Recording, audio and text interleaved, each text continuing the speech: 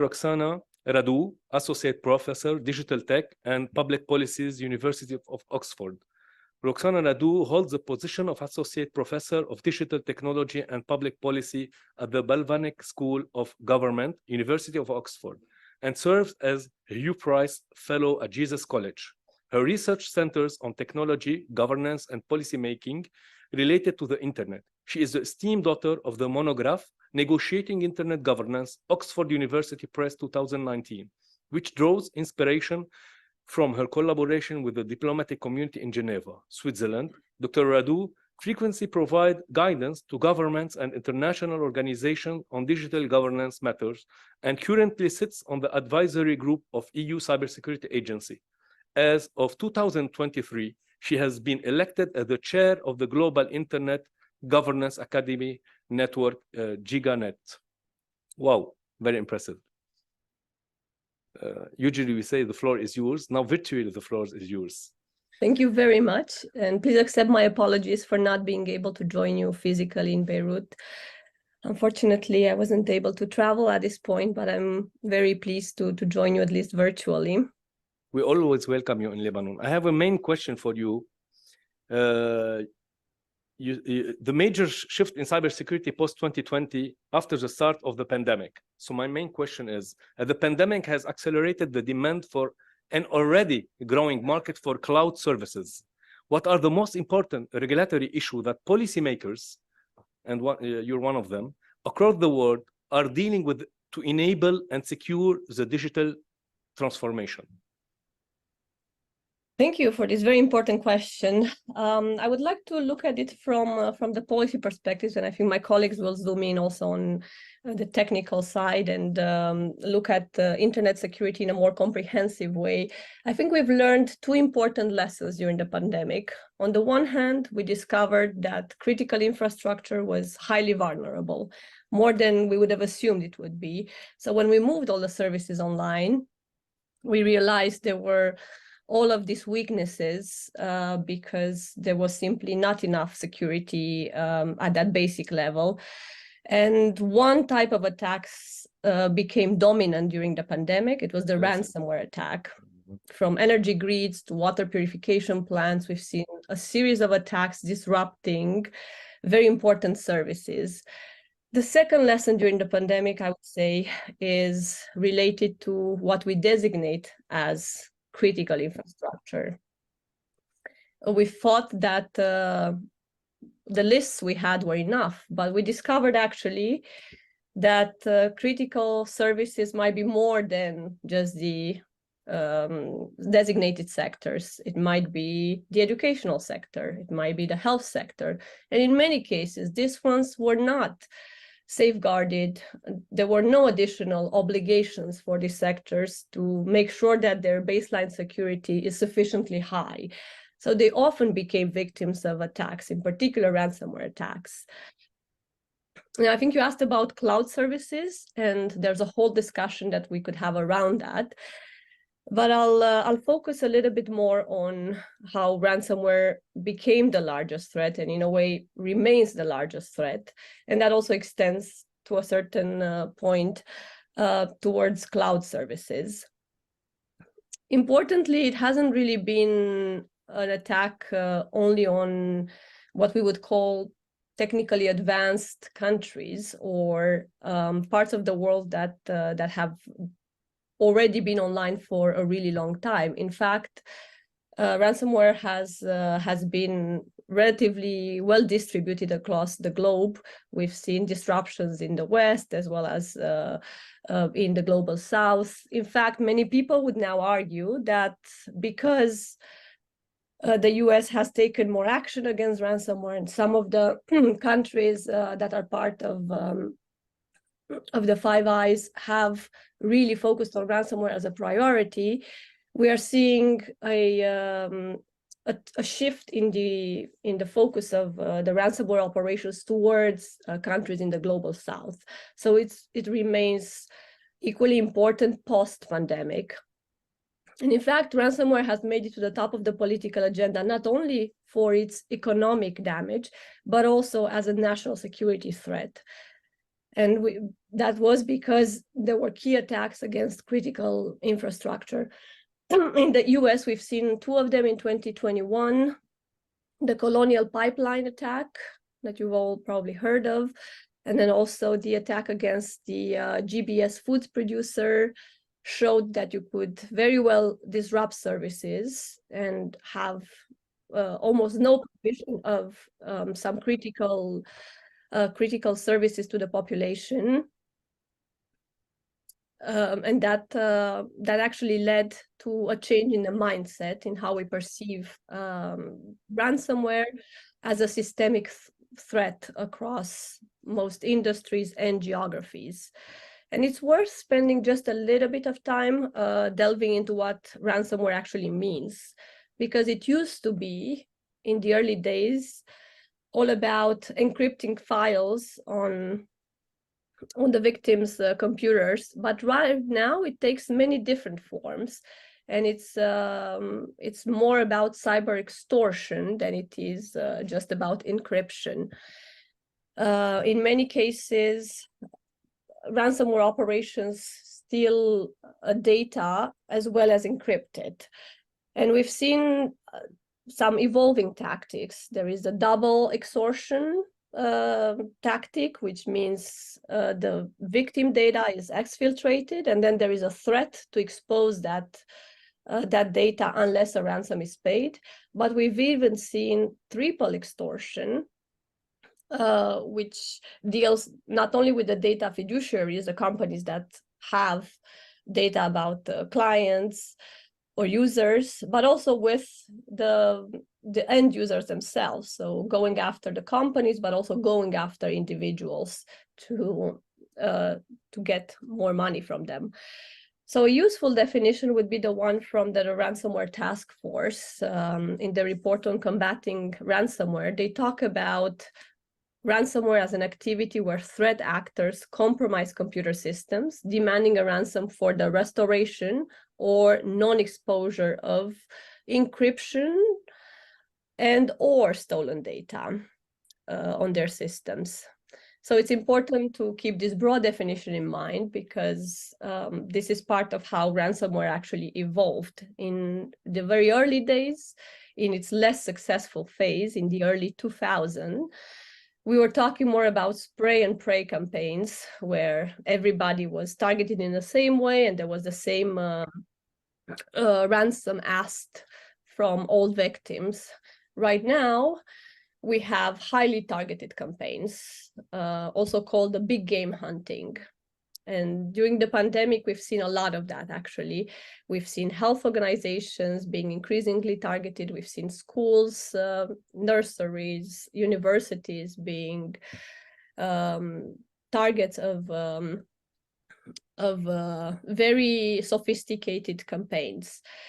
And what we have currently is a system called ransomware as a service, which means there is a whole infrastructure available for affiliates to use. And the operators of these ransomware networks would just get a percentage of the profits. We are seeing a whole industry, if you want, developing around this, obviously with criminal targets, but in some cases there is also a overlap with some political interests. And that's key to note for some of the policy responses we have seen that I will get to in a bit. So ransomware, it is low cost and high reward. And it's low cost because we have relatively low cybersecurity levels all throughout. But it is high reward because most organizations end up paying the ransom. And there's a whole debate here around whether that should be done or not. We're not going to go into that. There's also a debate around the role of the cyber insurance in this, whether the fact that they have been quite ready to pay meant more targeting of those who had cyber insurance. It's a really complex debate that we probably don't have the time to enter today, but it's it's important to know that there's significant underreporting, and only about 10% of the ransomware incidents make it to the authorities. So many victims of ransomware are actually focusing on business continuity, which is obviously very important, and limiting reputational and financial damage. And for this reason, it has been really difficult to think of responses that are coordinated across different levels. Not only we don't have the data, but also policymakers have a very fragmented view of what is happening. And I'd like to now go very briefly through some of the public responses we've seen so far. And by that, I really mean what policymakers have tried to do so far. We've seen all sorts of public reactions, for sure, including from some of the ransomware gangs themselves, some declaring during the pandemic that they would not attack hospitals and so on, and schools. It wasn't always the case that they kept their promise, all the way to different reactions from politicians on this matter. But in terms of the concrete public policy responses, we can probably count 6 of them that I think are worth discussing in a bit more detail now. The first one is really the intensified law enforcement, and that includes some international cooperation. There's more awareness around this issue, and there is more partnership with the industry as well to tackle some of the problems. So going after the cyber criminals has really become a priority. Second, I would say there have been responses in terms of sanctions and indictments. And here we've seen it, for example, post WannaCry, this major attack in 2017 that affected also the UK national health system. The EU cyber diplomacy toolkit had a series of sanctions imposed on the perpetrators of that attack. And we've seen legal action taken every time there was an opportunity to do so, primarily from the Department of Justice in the US, setting an example that this could be done, that the space is not always one of impunity. Thirdly, we've seen important offensive cyber operations against ransomware infrastructures, primarily conducted by the intelligence services, so not always presented to the public, but we've seen reporting on the effects of some of those campaigns. And here it would be key to note that there is a shift in focus now from going after what is known as RAS, or ransomware as a service, to alternative means, such as seizures, such as working directly with the cryptocurrency exchanges. There is a whole shift in how these operations are conducted. And a couple of times now, we've seen a number of hack-back operations where countries joined forces, such as the major action against Revil Gang. Australia as well announced a task force aimed at disrupting ransomware networks after the country was actually attacked multiple times between 2021 and 2022. And that has been a very public announcement by the Australian government. So the disruption of cyber operations that rely on ransomware is quite an interesting move in this space. The fourth public policy response has really been at the legislative level, and there's more action taken. Many countries have started to change their laws around this. There's also additional obligations imposed on insurance in some countries, but also on crypto market exchanges in terms of licensing and related regulations. Fifth, there is more awareness around the lack of skills in the public sector, and we've seen targeted action to address that in the UK National Cyber Strategy, in the EU's Cybersecurity Strategy, and in the US Infrastructure Investment and Jobs Act. there is public funding set aside for cybersecurity skills, and that is quite important as we need to build that base to comprehensively address threats like ransomware, but not only. And last but not least, a very important development that was announced just earlier this month is that the International Criminal Court will now start prosecuting cyber war crimes.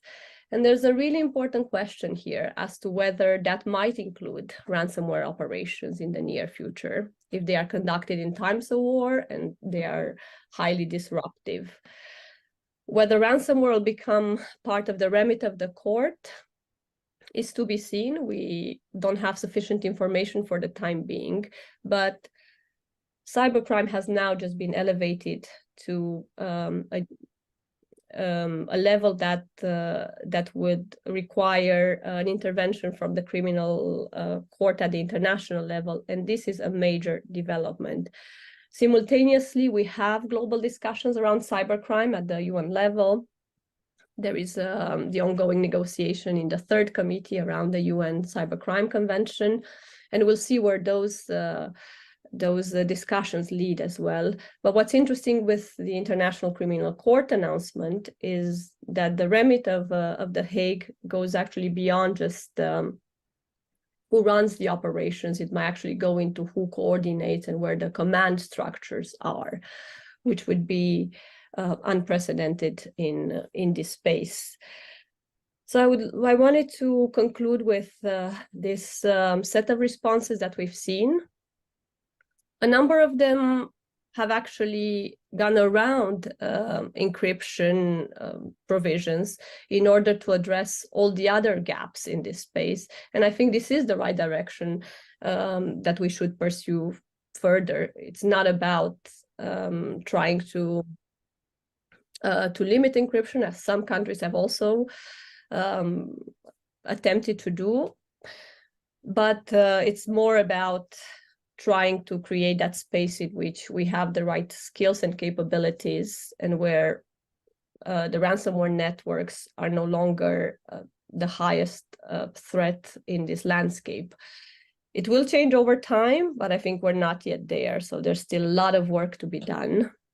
And I would conclude my intervention here and invite questions and comments from the floor. Thank you very much. Thank you very much for your valuable information. It was very informative. Thank you. I will start now with Mr. Olaf. Yeah, I have a clarifying question for Roxanne. You said, I will return to the role of cloud services later, at which my ears went pop, and after that I didn't hear you return to that, except perhaps the role of ransomware as a service being inspired by general cloud services. That could be the link that I discerned, but I wonder if that is correct. You will answer this question now. You can answer the question. No, It's right. Let's leave this for the discussion, Olaf. I think there's a lot to explore there, but I wanted to not exceed my time, so let's come back to it. I have a lot of questions for you for later on. Mr. Olaf Kolkman, executive level advisor to and spokesman of the Internet Society, served as an executive level advisor. In this role, he's responsible for formulating, reviewing, and providing advice on strategic, technical, and policy matters. Additionally, he actively participates on various advisory boards and holds the position of treasurer at the Global Forum on Expertise in Cyberspace. Mr. Olaf, thank you. The floor is yours. Thank you. So I'd like to thank the organizers for inviting me. I'm very honored and humbled that I have the floor. And I will be returning to this mic a couple of times these couple of days. But today I'm with you to talk about the Arab Internet Infrastructure Security Guidelines. Next slide, please. Can I operate this myself or? Good. Okay, so this is a paper that we published in 2020, the Internet Infrastructure Security Guidelines for Arab States. Do a Google search if you cannot read the URL there. This is a report that we published after consultations in the region, a series of them. We also worked with Chatham House on this document. And it takes the cybersecurity perspective, but with a really focused angle on what does this mean for the internet infrastructure. So what we're talking about today, or have been talking about today, were mostly big cybersecurity strategies. This would be sort of a part of it in terms of infrastructure. And of course, the internet infrastructure is of critical importance in digital transformation because it brings the connectivity. It brings the connectivity across the globe to your neighbors, to your citizens. So the document describes a number of things. We provide an overview of our methodology, which was basically interviews, literature study. We identified principles that we think are central to securing the Arab internet infrastructure. We share some observation and of course have a closure. Now, what I will do in this presentation is basically go through the different parts of the report and perhaps highlight some of the things that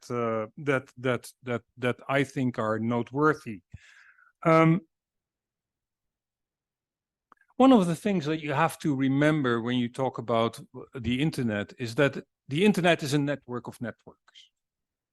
And as such, it has no central control. There is no security czar that you can call and say, can you please fix the internet? The internet is huge, is for a great extent managed by the private sector. Of course, there are countries and places where there are national telecom providers or where certain agencies run their own networks. But the internet as a whole doesn't have a central place where you can make the call and say, make this happen. In order to get to security on the internet, you need a collaborative approach. And of course, when we look at the Arab region, that all falls into a context. That the security threat landscape in the Arab countries, we've been talking about this morning. We saw the cybersecurity index of the ITU. We heard James talk about it. But in general, what we saw in our investigations, which took place in 2019, relatively low reporting of security and data breaches, and so basically underreporting, which means that we don't really know what the extent of the threat landscape is. We know that the countries in the Arab region have fairly high threat levels, not only from what you would call the traditional hackers, but also activists and nation-state actors. What we also saw was a very high motivation to address the vulnerabilities in the internet infrastructure. There's a large amount of goodwill in the region to make things happen. Computer security teams, we've been talking about those for quite some time this morning. In all the recommendation, we see that these are critical to at least bootstrapping security. Why are these important? I just want to sideline here a little bit. Those CSIRTs are places where people can notify the coordination body of vulnerabilities they find.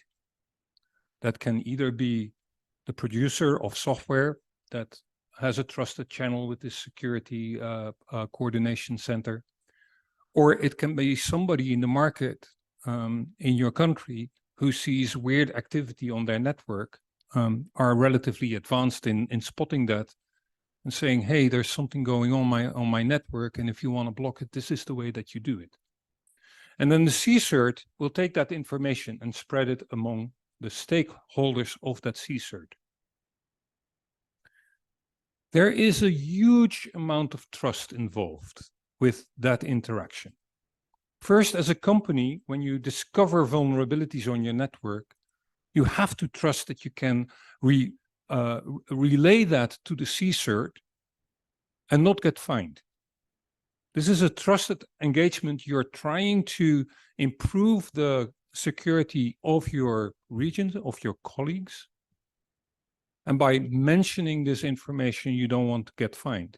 And you want to also make sure that that information spread across your communities. That is why it's incredibly important to have trust in the CSIRT. A problem that we see in many nations, and this is not unique to the Arab states, this happens everywhere, is that national CSIRTs are sometimes not trusted. They're affiliated with state security apparatus and so on and so forth. And people might not want to report what is going on their network and share that. So that trust and independence of the CSIRT is of incredible importance. I just want to provide you with that. I think it's also important that you stimulate sectorial CSIRTs and security operation centers, SOCs. Those SOCs are proactive. They coordinate things before attacks happen. CSIRTs are reactive. But by having communities that trust each other and work together, and by fostering that, that is how you create a security landscape. So a national CSIRT is important, but it's the beginning. So I heard the word CSIRT a lot, but that is the essence. It's a trusted environment. Back to the report. The things that we think are important to secure, if you look at the internet infrastructure, then you have to realize that the internet infrastructure is many elements that enable and make up the movement of data from one network to another and within those networks. Those elements are the protocols and services. Those protocols are standardized in global forums, not necessarily in international standardization bodies, but usually forums that are operated by the private sector, such as the IETF and the W3C and the IEEE. Our friends of the ITU are, of course, also part of delivering protocols and services. But it's a big framework where not only the formal standard-making organizations take place. Actually, if you look at the developments in the internet, you see that protocols and protocols and standards are losing a little bit of relevance. A lot of the work that is being done in the internet today is dependent on software interfaces that are, again, defined in open source or by the private sector or what have you. The network interconnections are important. The network internet connections provide you the resiliency to recover from error. And the nice thing about the internet is that if you have sufficient internet communication infrastructure in place and they are sufficiently meshed, that the resiliency is an unconscious effort. The recovery from an attack, from a network going down, is something that the internet will take care of itself. But you have to have multiple paths across your infrastructure. How do you do that? Allow networks on your markets. Make sure that that market is open for new players. Build internet exchange points where those networks can connect. They're not only increasing the resiliencies, these internet exchange points, they are also providing a drop in price because this becomes very technical, but in fact, they drop the price of internet connectivity in your country overall. Of course, information sharing and human resources. We talked about human resources in the context of the CGI. Having people available to do the work is of incredible importance. There are a number of principles that you should take into account. I am not going to read this slide out loud, but I'm going to point to work that we've done in the Internet Society, which are called the Internet Way of Networking. The Internet Way of Networking identifies a number of critical properties of the Internet. And when you take measures, you want to make sure that you are not impacting those critical properties in a negative way. We have, and unfortunately, there's no link in the document because that work appeared after the document was published. But we have a toolkit by which you can make that assessment, and I would like to advertise that. If you go back to the report and look at the security principles, they are all about collaboration. The recognition that the network of networks is not centralized, and therefore you need collaboration between the stakeholders that manage the internet. And of course, as a government, you're one of those stakeholders. Let me go to the next slide. There are a number of recommendations in the document, regional and national, and I will not read those out again because I think that that is a little bit duplicative of what we heard this morning. It's about identifying, building C-certs, making sure you have best practices in place and so on and so forth. But I advise you to read the document. Of course, these type of talks are really advertisement talks for this sort of report. And with that, I'm going to yield the floor so that there is more time for discussion. Thank you very much. I will now go to our Dr. Imad Al-Haj to talk about artificial intelligence. And I will start with his biography. Professor Imad Al-Haj, American University of Beirut, currently the Associate Dean for Academic Transformation at the Maroun Sam'an Faculty of Engineering and Architecture at AUB. He has been with the American University of Beirut for 17 years, serving as a professor and in another teaching and research roles. Imad is also a co-founder of Sogo 360, a technology development and consulting company in Beirut, Lebanon, specialized in advanced engineering solutions for networking, communications, and security for nearly a decade. Dr. Imad, when we talk about cybersecurity revolution and evolution, it started in 1990 with the viruses and worms, and botnet. After that, we have direct attack, APT attack, and now we have AI tools for cyber attacks. Can you tell us a little bit about what is AI, how we can use it, and what are the challenges, and how we can use it for the good and the bad things? Thank you, Matt Sharbil. Thank you, Dr. Nimal, for the invitation. I'll very, very briefly mention what AI is, just so we're on the same page. At least to me, AI is nothing new. AI is not magic. And believe it or not, the science and the math and the engineering behind it dates back to decades ago. The only reason that we hear about it now is because of the cloud and because of things like GPUs that allow for the computations to scale up for us to do more interesting things with it.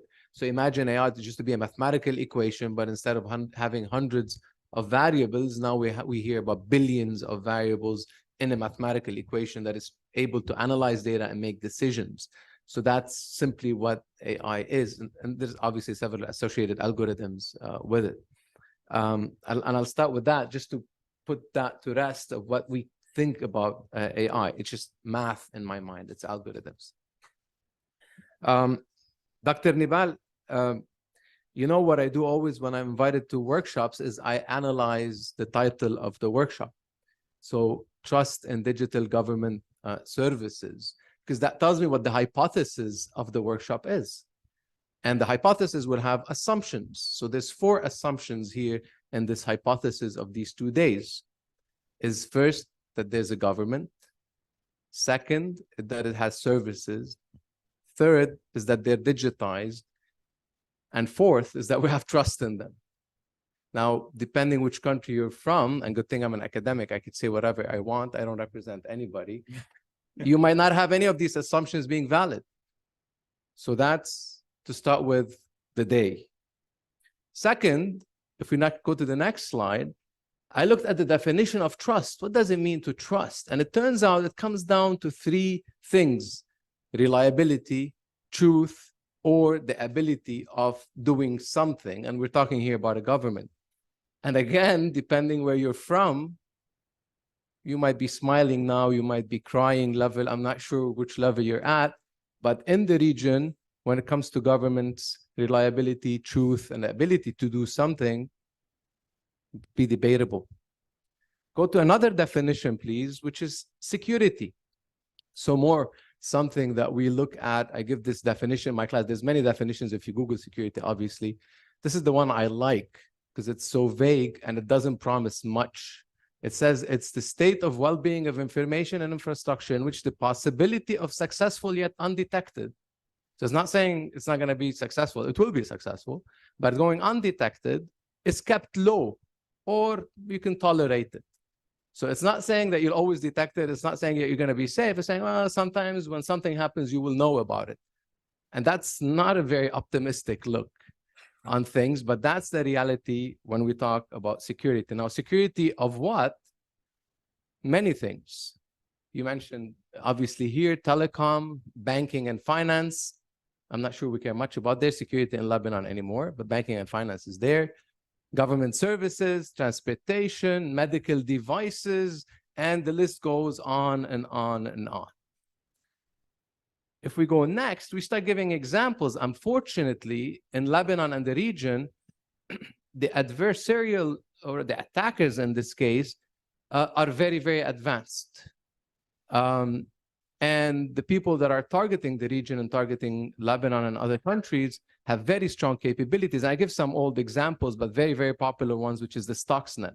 This is a very sophisticated virus that fingerprinted industrial controllers of a specific brand, specific type, that are operating at a specific number that only operates in nuclear power plants.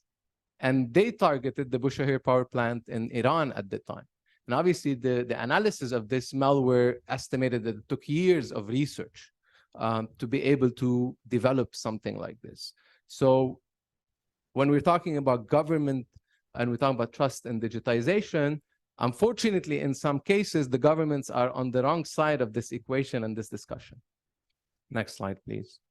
Closer to us is another malware called Gauss. And this targeted credentials of banking systems in the Middle East and hijacks accounts, hijacks passwords, and so on. The next slide. And in Lebanon was the major target of this. Luckily, the command and control center was brought down back in the days, and that attack stopped. And again, the question mark is this a nation-state sponsored attack? Questions for us to think about. Going into the industry, there are many, many examples. I like to give this one about car manufacturers. This was published back in 2011. You're going to say, look, these cars were hacked. It was 2011. This is so outdated. Why are we having this discussion? A couple of things. Notice the cost of the equipment needed to do these hacks. $50 up to about $1,000, not much, that you can hack and control these cars and drive them away. You're going to say, okay, if we go to the next slide, you might have heard of a company called Tesla. In 2022, a 19-year-old researcher demonstrated that he can actually hack in and control 25 of their vehicles in 13 different countries. So this is still ongoing. And the reason I tell the students we still have cybersecurity courses, although we know a lot of things about malware and the attacks and how the attackers function, is that unfortunately, the majority of the attacks are from vulnerabilities that we know of. And depending on the statistic you will review, what organization you ask, that percentage is very, very high. It's up in the orders of 80, 90%. So what we talk about the target here and the challenge for these targets is multitude. We talk about communication convergence, the scale that we're talking about, the number of devices, and that expanded significantly with the pandemic. Everybody just suddenly started getting connected more and more. Talked about specialized connected devices, not only the cars, but also medical devices. Hacks of medical devices that are attached to humans have been demonstrated over and over again. Very complex software. Something you're very familiar with is jurisdiction is another one, something that gets mentioned a lot. The problem with the globalization and the internet reach and being the network of networks is who can you talk to and who has jurisdiction of doing what where. So this is a bit on the challenge side. Also, if we look at the vulnerabilities in the next slide, we'll see that these occur in many places. These could be at the protocol level, could be at the implementation level, and could be at the services or the features. So it's just throughout the technology stack. There's not a place in this device or any device that we have that is not vulnerable from the lowest layer to the highest layer. And our assumptions on the next slide, to be on the safe side, people in cybersecurity, they say, well, okay, vulnerabilities are always going to be there and exploitations are always to be there. We go back to that. We don't promise much in cybersecurity, but that doesn't mean that we should not do something about it. Now, the challenge is if we bring in this mix, AI and the advances in artificial intelligence, then we have a bigger problem suddenly at hand. Ranging from generative AI, so the AI that could generate content, gives us a huge capability to scale up and customize writing spam emails. We don't get all the same spam email anymore because this is an automated task. Avatars, videos of yourself that you look like you, that speak like you, even your own voice could be imitated. We're talking about very small fractions of information on your social media. And I'm sure majority of you have enough on social media for us to be able to create avatars of you that are very, very accurate. Add to that the automation of vulnerability scanning. So now the AI in the wrong hands, they are automating the way they look for these vulnerabilities in the system. In addition to traffic spoofing, generating network traffic that looks like it's coming from somewhere, going to somewhere else, but in reality, it did not get generated there. These are just a few examples. And these are some examples of what I'm referring to. Security researchers have forced the Bing chatbot to actually behave like a scammer, start asking for private information from the users. Deepfake, you've heard of this probably. I'll have a video coming up. Basic deepfake costs $20. High quality deepfake, $80. And again, doesn't take much for us to generate a deepfake of anybody in just about a minute of recording of anybody's face and voice. And voice cloning, I think it came down to about 20 seconds. We've been seeing services online. They're cheap. They're relatively cheap that you can clone my voice and make me say whatever you want me to say. If we go to the next slide, please. I think it's the video. If you can play this video, this is a popular example of deepfake. And what you see is not real. Well, at least in contemporary terms, it is not. What if I were to tell you that I am not even a human being? Would you believe me? That's fine. Oh. So obviously what you're seeing is very well-known characters doing and saying things that in reality, this is not them.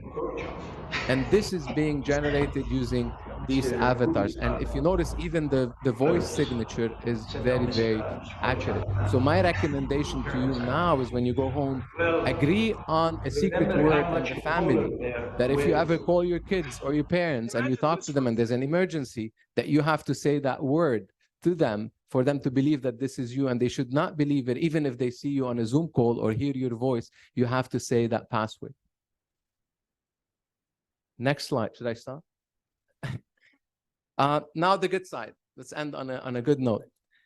Trojan detection and prevention, AI enables that at scale, spoofing detection, security orchestration, generative AI detection, even we're talking about that. How can we detect these previous videos? And I won't get too technical here and leave some room for questions, but if you go to the next slide, please, what we've been able to show in our research at AUB is that without deep packet inspection, so even if the packets are encrypted and we're not reading what's inside the packets, just from the traffic pattern, we are able to know what your traffic is.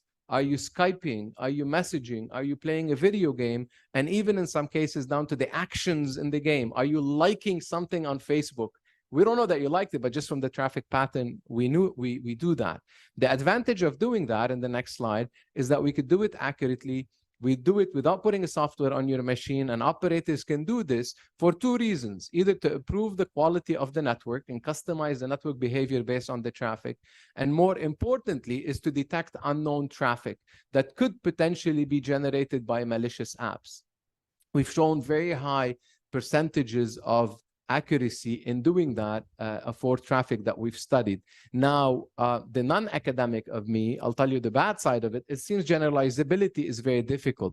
It's not working very well. If I train the models here on this network and I take it somewhere else or in another country, it has to be retrained for it to perform well. So we still have weaknesses there. If we go to the next slide, please. The next couple of slides are talking about the question of what do you do when you have the camera open in a Zoom call at home? I think in the pandemic, we've all had different levels of embarrassing moments of where the camera should not been on and was on and caught something that it should not have caught. And what we're trying to do is build software that can run client side. So not on the cloud in this case, anti-cloud for privacy, because once you take the video to the cloud, your privacy is compromised. So locally on your device, on your phone, we could, if you take us to the next slide, please, we can detect in real time objects of interest. Here we're demonstrating this with different machine learning models with more than 90% accuracy of detecting objects of interest. And in this project, what we were trying to do is we could do this in real time front end. So with your phone, if you go to the next slide and show the video, please, you could see us detecting the device in real time. What we're hoping to do is that if there's something interesting we want to show, you'll show that, and you could blur everything else, even if that thing is moving. So this is what we're trying to do. More interestingly, if you go to the next slide, just because I promised to finish on time. What we're trying to do is what we call diminished reality. So we could disappear an object from your environment that you choose to remove it, even if the camera is moving. If you go to the video, we could show that in real time again on your phone. You could see these two camera views here. You're seeing at the bottom where the user is saying, look, I don't want this phone to show on this couch. And once that is done, you could see on the upper left what the remote user is seeing. They see that that phone disappears, and we try to do what is called inpainting. So we try to hide it so that they're not even aware that something there is or is not disappearing. Obviously, this is not perfect yet. It's still very early research phases. And this is where AI is detecting an object, tracking it in real time, and the AI is repainting the environment. So as you are moving, AI is trying its best to keep track of where that obfuscation, we call it, should be, where that hiding should be, and to, as much as possible, make it look realistic. So not just purely blurring or cutting it out, just to maintain the realism of the scene. And these are different techniques that are being discussed in this video of how do we improve this process. And even we know that speed with which you're moving your phone, and we adapt the algorithm, the AI adapts to the motion that you're doing to actually maintain a high level of privacy. And we've shown that with these techniques, we can improve privacy significantly of these objects of interest. So if you're in a Zoom call and you have something or somebody in the room that you do not want them to show, and you don't want the remote person to even know that you're hiding something, this is the technology that you would use. You'll be able to remove it without them knowing it. If you go please to the next slide. These are the results, just highlighting that the orange one showing the privacy level versus not having our technique enabled, and showing the improvement in the privacy percentage. Next slide. The final thoughts. So in summary, these are exciting times for us in academia and education and research and in the industry for sure. There's a great potential for innovation. But if I want to caution about, especially the governments, is we need better understanding of data governance. In Lebanon, again, unfortunately, we have bad examples with the vehicle registration information, which is all public once it got digitized. And my line in my class to my students, I tell them, thank God we're not that digital in Lebanon. Otherwise, we would have been compromised and all data would have been compromised. So these are prerequisites. Before we digitize anything, we should think about data governance, who has access to it, who can look at it, who can delete it, and so on. Identity management, especially with the generative AI boom. Identity management, if somebody calls in to a certain service and they're showing their face, it used to be sufficient to identify them. This is not the case anymore. And I know that you're active on that front. Also, the AI governance. What are the rules and regulations around AI, and how can we control the use of it to protect the general public? And I'll stop here. Thank you very much. Thank you very much. It was really awesome, and now I can understand how difficult it will be our life in the legal perspective. It will be really difficult for the legal and policymakers to draft laws. It's really difficult. Really. You have some AI to help you. Yeah. This is the main issue. We don't have definition in law about AI. What is AI? We need a legal entity to define who's a criminal here. Is it the machine or the inventor of the algorithm? Because it's very difficult, especially in the IP. It's very difficult for us to understand what is AI. And who owns, Yeah, right? who owns even in the US, we don't have an IP law on if you generate an image. If you tell a generative AI, draw me a picture of a style of Picasso, who owns it? Is it the estate of Picasso? Is it the person that wrote the algorithm? Is it the software company, or do you own it? To understand that, we have to go to the regulations that say the difference between innovation and invention. This is the main issue here. Who invented? So thank you very much. Now we can open the floor for any questions that you have.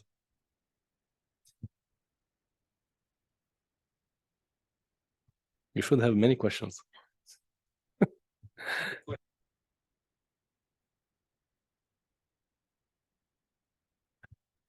For the attendees. Roxanne is with us.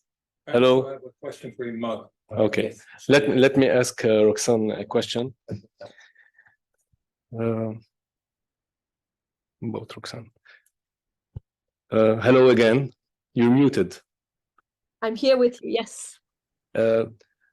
You talked about legislative level, insurance, licensing, awareness, national cyber strategy, sanctions of hackers or attackers, legal actions was taken in when we were talking about ransomware, intelligence agencies, keynote, seizures, task force, all those titles that you mentioned. I have one main question, and Dr. Haj mentioned too, the jurisdiction. I think this is the main issue that I have, the sovereignty and the jurisdiction. With the concept of data sovereignty high on the agenda for many countries in the EU and in the MENA, how can regulators ensure complexity does not harm innovation, and how can industry support countries to deliver data sovereignty? Thank you. This is a very good question, a very difficult one as well. The jurisdiction is definitely important, as we've seen with some of the ransomware responses. In many cases, international collaboration was actually difficult to establish. Of course, the ransomware gangs are generally based in jurisdictions that are harder to reach, for which there are very few extradition treaties in place, and it makes everything a lot more difficult. We have also seen more tolerant environments for ransomware gangs across the world. So there is a prevalence of jurisdictions that that tend to turn a blind eye to ransomware, and it's extremely difficult to work cross-border when they are situated in places like that. Many people have pointed to disruptions happening on the networks much easily than actually going after the cyber criminals, because it's just quasi impossible to reach them. But the question of sovereignty comes in as well, because even if there is collaboration with the industry, even if there is a possibility to organize cross-border, some sort of disruption of these networks, there is a question of whether you're actually violating, to a certain extent, some country's sovereignty. And there is no clear answer to that, because we are lacking agreement over definitions of cybercrime and what exactly should count as it, and also definitions of due diligence across states. So is there a responsibility on a host country to actually monitor what is happening within its territory? We are right now in a gray zone when it comes to how to understand both jurisdiction and sovereignty and action that goes beyond that. I was citing the example of the International Criminal Court, which for the first time is saying now that they are looking into cyber crimes in times of war. It's a new expansion of its remit, actually, a court that goes into looking at cyber anything at the global level is quite unprecedented. So we are at a time of a lot of changes, and I'm very curious to see how this will develop over time.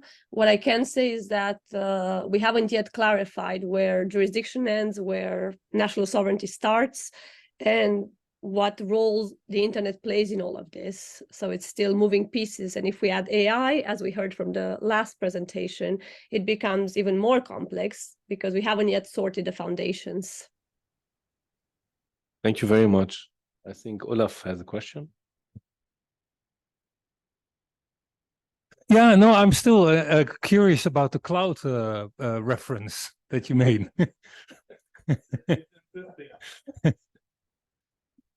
Yeah, happy to pick up on this. I think it's very exciting to also talk about cloud developments post 2020. In fact, we've seen a number of attempts to move services to the cloud that were highly successful, and then we've seen the cloud operators themselves being targets of all sorts of malware and also ransomware operations. More recently, if we look at the conflict in Ukraine, we are seeing governments moving all their services online overnight in a way. In Ukraine, it happened over a couple of days that the government said we can no longer trust that our services are not compromised here, so we're going to move everything to the cloud. And they did it overnight. And that comes with new challenges, because a private company that was operating cloud services before might not have been a target in the same way that they are now, that they also run a government basically on their own servers. So it becomes a really interesting question when we think about the risk environment, the threat landscape, and just how much we rely on services that are outside of our jurisdiction, to link back to the previous point. Yeah, if I may respond to that quickly, we did a report on centralization a couple of years back, and there are lots of negatives if it comes to the centralization of cloud services, but from a cybersecurity perspective, it's actually a positive, in the sense that these companies can also centralize their capabilities, and they have the finances and interesting environments to draw the greatest talents on the globe towards their services. So there's this trade-off between having this centralization and what I would say competent companies doing this work, which is interesting to see. And if I may, that also bridges to my question to you, namely, there was a Dutch football trainer who once said, every benefit has its disadvantage, or every disadvantage has its benefit. I don't know the order. But also for AI, of course, the use of AI in software development will perhaps not eradicate, but at least limit the amount of bugs that we find in software. Isn't a question mark behind that? That's a trick question. Yes. That's a trick question. Because it comes down to what these AI are trained on. So we know that most of the programming AI are trained on existing code bases. That's how they learn how to code. Whether that coming from the Copilot of GitHub or other, there's many. Which means they inherit the bugs that we've trained them with. So that's one. My other concern as an academic is that as students rely on these technologies more and more at the beginner level, which they perform very well, they might not have the skill set anymore that when they get to the advanced level and the AI fails on the code, that they might be able to discover that. So I'm concerned, and I'm sorry to be negative on this, that this might be negative side of this, maybe more than the positive. The software engineer in me and the company, we like that because we increase productivity. So financially, it's a good thing. I'm not sure for security if it is the best thing. Now, we could devise AI to try to discover those bugs also. There's that side of the thing. And, you know, for us, we're always working on the positive side of AI and security. So that's where the exciting opportunity might be. Then go ahead, develop an AI to detect that when an AI is not doing well on a programming assignment. So, but I agree with the coach. Question. I mean, you have spoken, Dr. Imad, about AI governance. Can you elaborate a little bit? Because we are used to data governance and so on. We are used to AI ethics. We are speaking a lot about it. But AI governance, especially for academia, what is needed? I mean, I think it's a combination of things, starting from the data itself, because what type of data are these algorithms being taught on? How generalizable these algorithms, what's the bias that exists in these algorithms? And we've seen many terrible examples of unknowingly we bias the AI because we've taught them that terrorists look at a certain way because the data that they've been trained on looks in a certain way. We've taught them certain things that are wrong. So this is the concern, is that how do you make sure there's no bias? How do you audit those aspects of AI? How do you make sure it's applicable in your country? Especially that, unfortunately for us in the region, most technologies are imported. So the technology might be tested and it's showing that it's performing very well in a different context, in a different population. And then when we apply it here, we're not aware that it's going to do as well. Who's going to look at that? Who's going to legislate for that? And who's going to audit that? And who's going to control all of these is the question for us.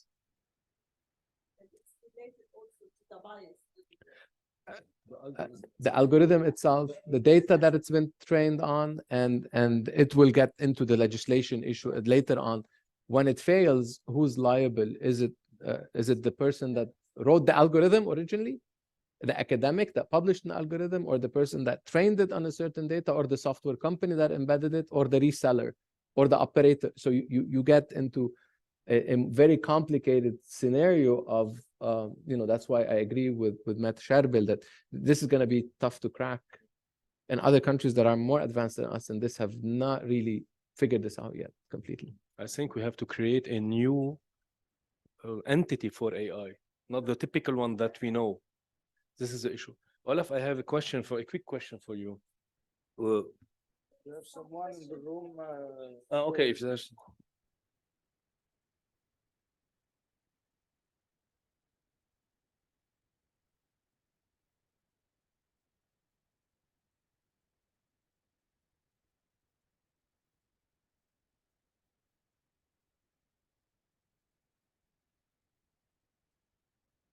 a remote participant to speak, who is Lena, Miss Lena. First, I want thank you for all this very interesting panel. And I think, Sharbil, that your mission is very complicated. It is an unstable and migration era. It's the migration by itself. And I want to remind that artificial intelligence is not artificial and not intelligence, because it is not, it is done by a human, and it is not intelligence yet, you know, so it's in the sense that collecting information, yes, only. But the problem is why very important to have more guidelines before making laws, because it's very difficult to enforce laws. And there should be a new definition of sovereignty. Physical sovereignty could be done by a state, but by itself. But sovereignty in the digital era is a multi-parametric aspect, and how to get easily your, and I'm talking also human right-wise. You might have false victims and false winners. So this is a very heavy and dangerous task. And as Dr. Imad said, nobody knows how machine learning are working, or how much difficult to give these guarantees. So as a legal person, you know that you should have evidences, digital evidences, real evidences, how to consolidate that. And you are one of the, you know exactly the complication about that. Okay, thank you. So just, I wanted to highlight this. Thank you very much. There is a question up there. Go ahead. You have to click. Yeah, since we were talking about jurisdiction and sovereignty, we should also consider blockchain and DLT in the usage of عارفين عن حالك please قبل. Ru'adib, part of ISOC. So when we're talking about jurisdiction and sovereignty and AI, so I also wanted to point out another direction that is taking place in, like, by activists to implement blockchain technology or solutions in governmental services or databases. So it is also important to consider, like, how things can get blurry, or to what point things are ethical, or how things can be out of control when we are implementing DLT in governments. Because, you know, with DLT, you don't know who the provider is of the service. You're using it on what blockchain, on what technology. Is it permissible? Is it private? Is it public? So that's also something to be considered moving forward with governments and governmental services and solutions. So that's something that I want. I think we are taking into consideration all those issues, because really it's challenging for us to issue anything related to artificial intelligence, blockchain. It's very difficult, really, it's challenging. And I think no one at this moment have a clear answer to do that. So mainly, I think further on, and with all the brainstorming and conferences that will be done, awareness, we will have some idea to develop our legal perspective. At this moment, we can do ethical codes and to start with. This is my opinion. Now I have a question with to Olaf. Regarding cybersecurity attack and incidents, how can trust and information sharing across region, countries, and sectors be enhanced? Olaf? That's actually a very difficult question. No, yeah, no, but the question is a very easy one, but the answer is actually, how do you do this? Again, this is trust. There are two things about trust. Trust comes by foot and leaves by horse. It is very, very difficult to build trust. And once you have an incident, people lose trust. And trust is a human interaction. There's, of course, trust between institutions, but it's also mainly a human interaction. So in order to create these networks of people who engage in information exchange about vulnerabilities, you have to bring those people together. I think that's the underlying answer is create trust. And the way you do that best is by using existing networks. Like banks already have connections with each other, perhaps on the management level, on financial, economic level, maybe not on the cybersecurity level, but at least there is an institutional connection that you can piggyback on to, say, organize a conference between all the cybersecurity people there. And then use that with a clear vision to operationalize information exchange in case of crises. Crises are always the worst time to get to know each other. Actually, crises are the best time to get to know the worst of each other. So, Thank you very much. Dr. Haj, I Please, have a few questions. please, one question here. Okay, go ahead. So, Your name, please. Ibrahim Azam, I'm a software engineer. So speaking of AI, the popular question is, if an AI robot discovered a new concept in any industry, who gets the credit for it? So I think the answer of this question is the same as the answer of who gets punished if it does something wrong. So, and most of the times it's the company that developed this robot. So if we can get to them legally, why are we still afraid of them? And it has become a tool like every tool we use every day. For example, when we first started using Facebook, Instagram, WhatsApp, etc., we were all afraid that it might steal our data. Look at us now. We trust it completely. So do you think this will happen with AI as well? Thank you. Who do you want to add? Assume that the question is to me. Okay.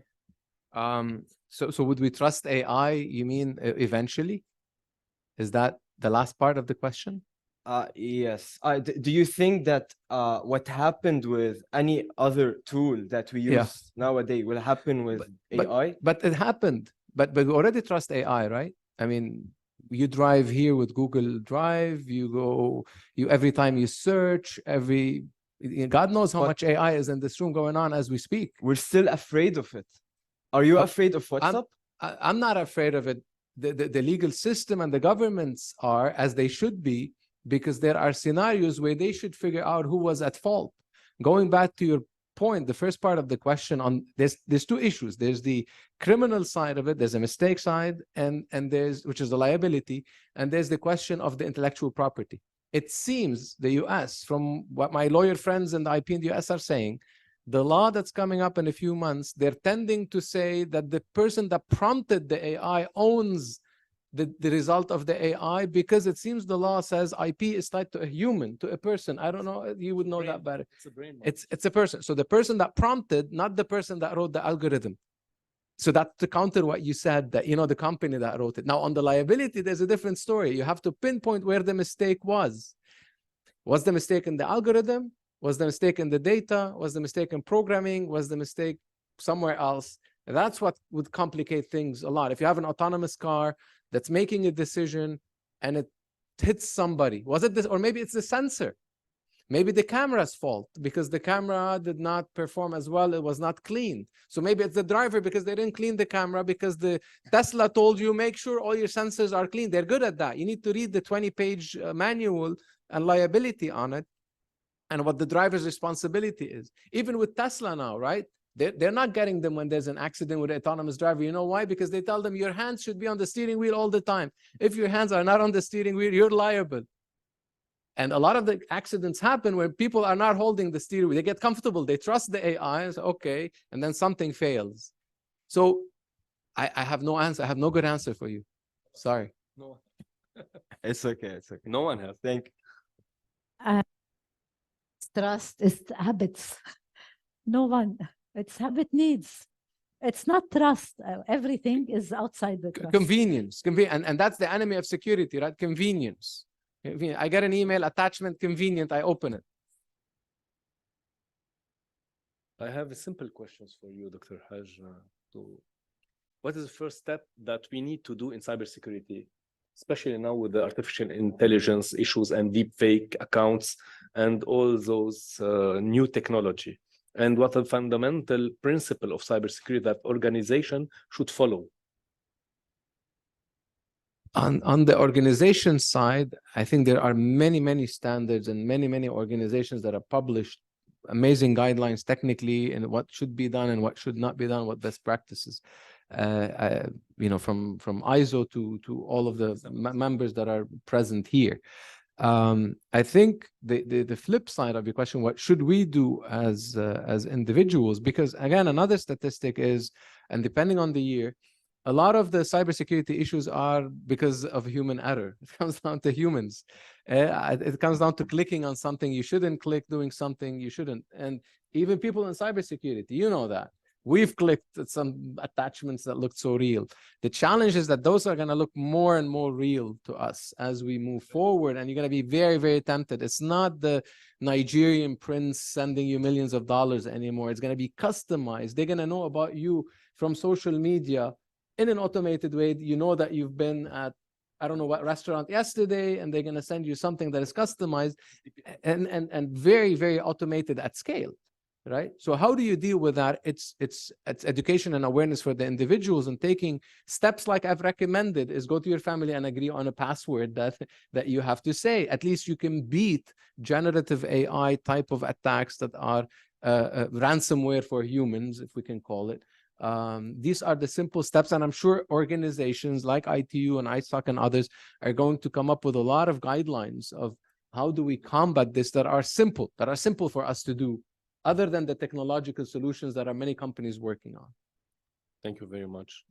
Any other questions, or someone have any other questions? Olaf, do you have anything to add? Please. Go ahead. Dr. Ahmed, first of all, I would like to thank you for the amazing presentation. My name is Adel Abdelmanem, a cybersecurity consultant. I'm just asking from technical perspective, you mentioned that we can define the traffic type without decryption. I'm wondering how it could happen. I understand DPI, understand the homomorphic encryption, but not sure how it works. It turns out from traffic pattern that if we look at the packet size, okay, the packet direction, the rate, the inter-packet arrival, all of those parameters that have nothing to do with what's in it, okay, then we could tell a lot about it. It's very revealing. You can fingerprint your traffic just based on those. Okay. In some cases, if you know port numbers and so on and IPs, you get to know more, even if you don't go very deep into packet, just very shallow. You couple it with this information, you will tell a lot about that packet. Okay, thank you. Because destination IP has to be known, right? Sure. Yes. So they cannot. Thank you so much. General, تفضل. Jack Bakai from Internet Society Lebanon. Please, Charbel, would you please show your telephone to the public to show how much you trust technology? It's patch, always patch. So this is what I want to tell you. Zero trust. I never trust anything. 95% of cybersecurity experts do understand that social engineering, it's all about trust. So don't trust anyone. This is an important point. Actually, 3 days ago, Apple came out with a patch. If you run an iOS device, you should patch today. There is a zero-click vulnerability, so you don't have to do anything for actors to get into your phone at this moment, if you haven't patched. This is Pegasus now. Yeah, it's Pegasus. Pegasus. So And state-level attack type we of... have two kind of zero attack till present now. We Or- have Helmet and Pegasus. General, One Italian, one is... or another philosophy, General, is a colleague of ours, Dr. Ayman Qaisi, also in cybersecurity. He says, don't say anything, don't record anything, don't write anything. That only assume you're going to be public. So if you go with that mentality, then who cares about trust? Look at it. You have a question, please, James. Question for Olaf. Olaf, you mentioned about the decreasing relevance of software and of protocols and standards in relation to software applications for internet infrastructure. Could you expand on that, please? Well, yeah. So if you look at interoperability on the internet, where you have a global footprint and you need to talk to people, then standards such as IP and TCP and SSL, well, the whole protocol soup that you can come up with, they need to be understood by multiple parties and they need to be implemented by multiple parties. However, if you now go to services, take your AI, for instance, ChatGPT. That's basically an API. So that's an application programming interface made available by the people who give you ChatGPT, so to speak.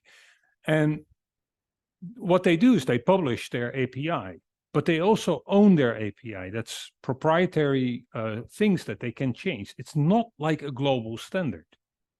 So there's no, this is something that is owned and controlled by the company making the API, the application programming interface, available. That doesn't make it a standard.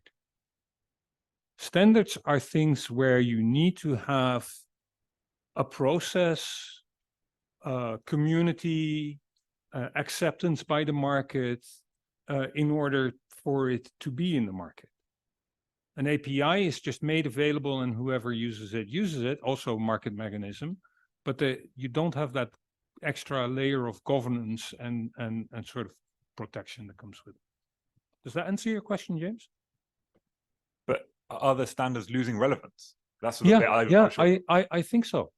I think that a lot of things are now just implemented and brought to market without being standardized because there is no need for big companies to standardize, really.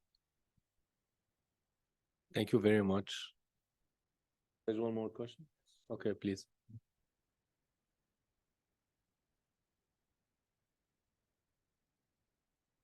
A question from remote participant. شو اسمها؟ شذا. شذا ممكن تحكي؟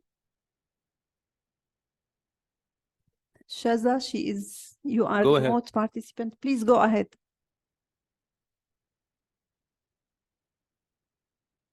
No.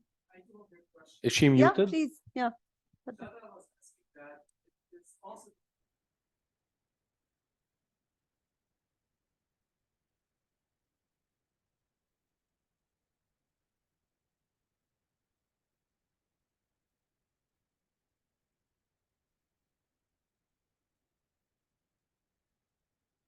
I think we have يعني بتصور في عنا جلسة آخر بكرة هي عن البست براكتسز بالدول العربية. بتصور بهيدا الجلسة ممكن نحكي على هذا الموضوع. بتصور هو أنسب من الجلسة الحالية. أوكي شكرا.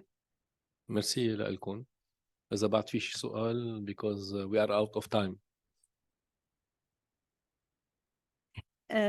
إذا بتسمح لي بطلب تفضلي، من جميع تفضلي. الحضور. نحن هلأ حنروح نتغدى بالكافيتيريا بالطابق بالجي اف.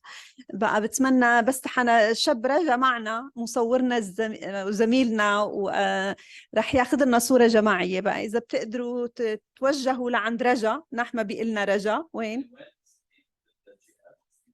في اوكي ناخذ group photo. This is for a group photo for the workshop. And that after that we have